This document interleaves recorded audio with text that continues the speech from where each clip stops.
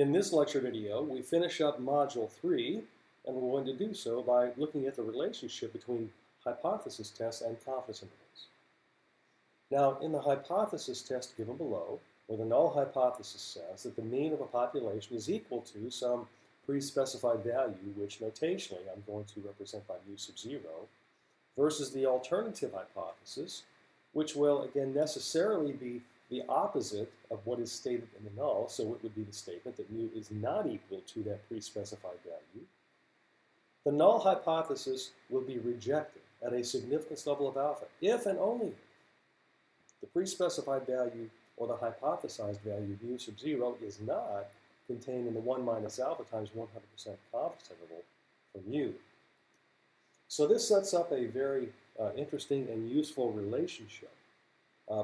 And in some ways an equivalence between a hypothesis test and a confidence interval. And in particular, in this case, what we would call a two-sided hypothesis test with a two-sided confidence interval. Now, similar relationships exist between one-sided hypothesis tests and one-sided confidence intervals, as we'll see in the next module. So consider the following example. Suppose we have the hypothesis about the mean mu of some population of interest given here. So the null hypothesis, again, is that mu is equal to some hypothesized value, mu sub 0, against the alternative that mu is not equal to that value. Let x bar be the mean of a random sample of size n from this population.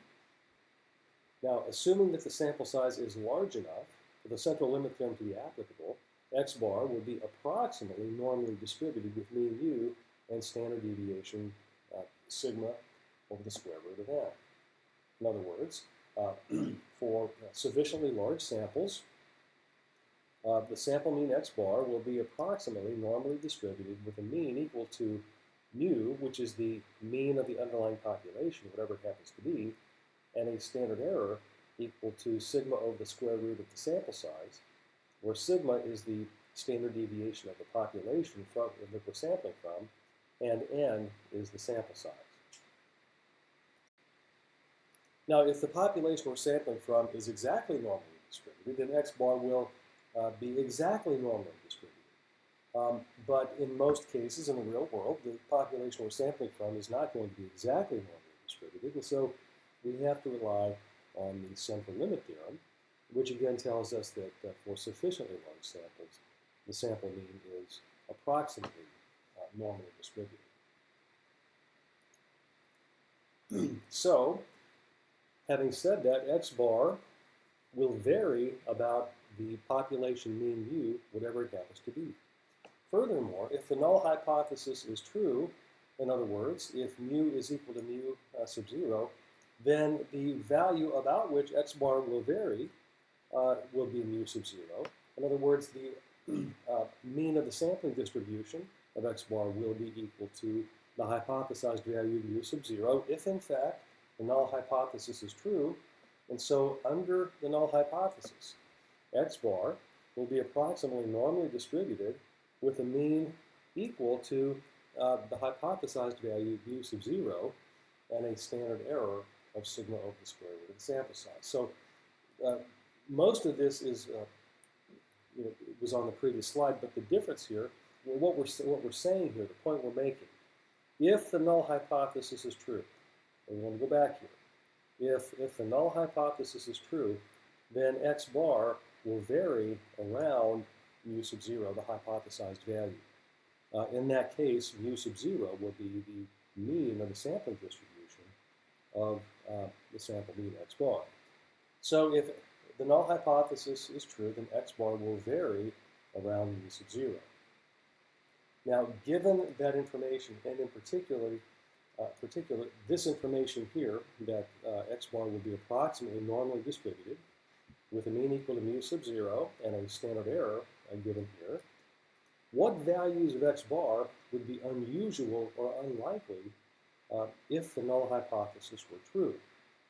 Now, you'll remember that the reason we're asking this is because the way that we test hypotheses, the way that the way that we make inferences about population parameters, and in particular, for example, a population mean, is that we state our hypotheses, and then we select a sample from that population, we study the sample, and if what we're seeing in the sample is unusual or unlikely, if the null hypothesis is in fact true, then at some point we're going to conclude that the null hypothesis is not true. So in order to come up with a way of determining whether or not to reject the null hypothesis, once we've observed x bar, we have to determine the values of x bar that would be unusual or unlikely if, in fact, this null hypothesis is true. Okay, you with me? All right. So in other words, what values are far away, what values of x bar are far away from mu sub 0? Now, to answer that question, note that this probability, the probability that x bar is greater than or equal to mu sub 0 minus z sub alpha over 2 times sigma over the square root of the sample size, and less than or equal to mu sub 0 plus z sub alpha over 2 times sigma over the square root of the sample size, is approximately 1 minus alpha when the null hypothesis is true.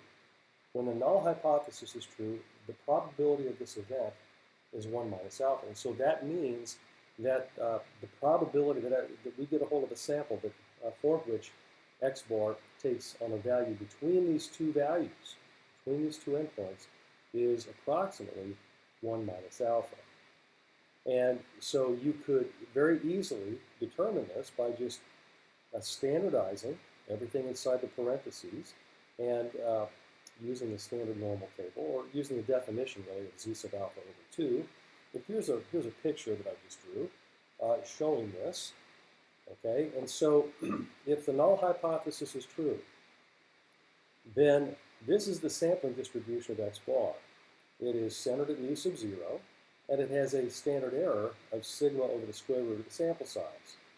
And so given that, and so you can see here that this number line, this is the realm of x bar, the probability that x bar takes on a value on this interval here from this lower endpoint, mu sub 0 minus z sub alpha over 2 times this sigma over the square root of the sample size, takes on a value from here up to here. The upper endpoint is mu sub 0 plus z sub alpha over 2 times sigma over the square root of the sample size. The probability that we get a hold of a sample that has a sample mean in this interval is 1 minus alpha, which is the area under the sampling distribution of x bar over that interval. All right? The probability that x bar takes on a value less than this lower endpoint is only alpha over 2, and the probability that you get a hold of a sample for which the sample mean is greater than this upper endpoint is again only alpha over 2. And if you, so we could say that the probability of our getting a sample that has a sample mean either out here in the left tail or out here in the right tail, that probability is only alpha. Okay, and so when we think about the question for what values of x bar would be unusual if the null hypothesis is in fact true, it's values of x bar either to the left of this lower endpoint or values greater than this upper endpoint. Those are the values that would be unusual for x bar, for us to see x bar taking on if the null hypothesis is in fact true.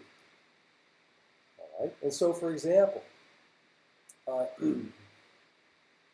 the probability that x bar takes on a value between mu sub 0 minus 1.96 times the standard error of x bar and less than or equal to mu sub 0 plus 1.96 times the standard error of x bar, that probability is 0.95. So by the complement rule, the probability that x bar takes on a value either to the left of the lower endpoint or greater than the upper endpoint is 0.05. And again, we get that just by the complement rule. Now, another way to write that is this way here. So the probability that the standardized version of x bar is less than negative 1.96 or greater than positive 1.96 is 0.05. And so again, showing this picture here graphically, all right, so for alpha equal to 0.05, all right, then the probability, if the null hypothesis is true, the probability that we would get a hold of a sample for which the sample mean takes on a value between these two endpoints, mu minus 1.96 times the standard error of x bar and mu sub 0 plus 1.96 times the standard error of x bar. That probability of getting the value x bar in this interval is 0.95. The probability of getting a value of x bar either to the left of the lower endpoint here or to the right of this upper endpoint would be only 0.05 or 5%. And so what values of x bar would be unusual? Well, if we're using alpha equal to 0.05, then values of x bar that are less than this quantity, right, out here in the left tail, or values of x bar greater than this quantity, values of x bar in the upper tail. And so that is how we use the sampling distribution of x bar to identify those values that would be unusual if the null hypothesis were true, and therefore lead us to values of x bar for which we will reject the null hypothesis. And so what constitutes unusual or unlikely values of x bar if the null hypothesis is true? Based on the probabilities above, we would consider values of x bar less than the lower endpoint, as we indicated on the graph, or greater than the upper endpoint of that interval to be unusual, since they have a probability of occurrence of only 5%. So if we observe such a value of x bar, we have a decision to make. Either the null hypothesis is in fact true and what we've seen is a rare event, or the null hypothesis is not true. Now, if we conclude that the null hypothesis is true and that we have seen a rare event, but in fact the null hypothesis is false, then we've committed the type 2 error, haven't we? On the other hand, if we conclude that the null hypothesis is not true, but the null hypothesis is true, then we've committed a type 1 error. So just as a reminder, let's take a look at this table, this two-way table that I believe we looked at in the previous lecture. So if the true state of the null hypothesis is that it's true, but we conclude, based on the data, that it's false, then we have committed a type 1 error. On the other hand, if the null hypothesis is false, but we conclude that it's true, or in other words, if we fail to reject the null hypothesis, then we have committed a type 2 error. And we have the probabilities of these various outcomes. The probability of a type 1 error is denoted by alpha. This is the significance level of the test. And this is something that we have control over. All right? The probability of a type 2 error is beta. Now, this is something that we don't have direct control of. And also, the other thing is, and we pointed this out earlier in a previous lecture, that beta is not a single value. Beta is actually a function of several different quantities. It's a function of alpha. It's a function of the significance level alpha. It's a function of the true value of the parameter about which we're testing a hypothesis. It is a function of the sample size. It's a function of the variability in the population. So alpha is a single value. It's a scalar. It's a fixed value, a constant. Beta, though, is a function. Now, the significance level is denoted by alpha, and again, this is the probability of a type 1 error, and this is something that we have control over. And so if we go back up here, then looking at this example, in fact, let me go back to this graph here, then notice that we've got some alphas floating around. Well, that alpha, this is the significance level. All right, this corresponds to the significance level. And so we control alpha. You as the researcher, or you as the consumer or reader of a research article, you can choose your own alpha. And so for the common values of alpha would be 5%, maybe 1%, and so forth. And so that's what we're talking about here. So what constitutes unusual or unlikely values of the of X bar if the null hypothesis is true? And so we came up with thresholds or cut points based on the probabilities that we saw above. We would consider values of X bar less than this quantity or greater than that quantity there to be unusual, since they have a combined probability of occurrence of only 5%. In other words, these would be the critical points for a test that has a significance level of 5%. All right, and remember what that represents is the probability of committing a type 1 error. Let me go back to this picture and we'll talk about that for a second. If the null hypothesis is true, in other words, if mu is equal to the hypothesized value mu sub 0, then if it's actually true, we don't want to reject that null hypothesis. Okay? Now, if the null hypothesis is true, and therefore we don't want to reject it, again, this is the sample distribution of X bar. We're setting up our rejection criteria, and again, the rejection criteria for this particular situation is to reject the null hypothesis if X bar is either less than this value, right, so it's out here, or if X bar is greater than this upper critical point, in other words, if X bar is in the upper tail. Well, what is the probability of our rejecting the null hypothesis? Well, under the assumption that the null hypothesis is true, the probability of our rejecting the null hypothesis is 0.025 plus 0.025 or 0.05. So if the null hypothesis is true, using this setup, using this procedure that we're defining, and we're constructing this based on the sampling distribution of the sample mean, using this procedure, there's only a 5% chance that we will reject the null hypothesis when the null hypothesis is true and therefore should not be rejected. You see that? There's only a 5% chance that we would reject the null hypothesis when we shouldn't. In other words, there's only a 5% chance that we will commit a type 1 error. And so that is how we create tests, set up tests, right? We control the probability of a type 1 error that we're comfortable with. We control the significance level.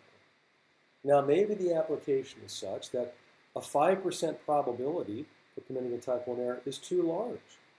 Well, great. Use a smaller value. We could use a 1% significance level.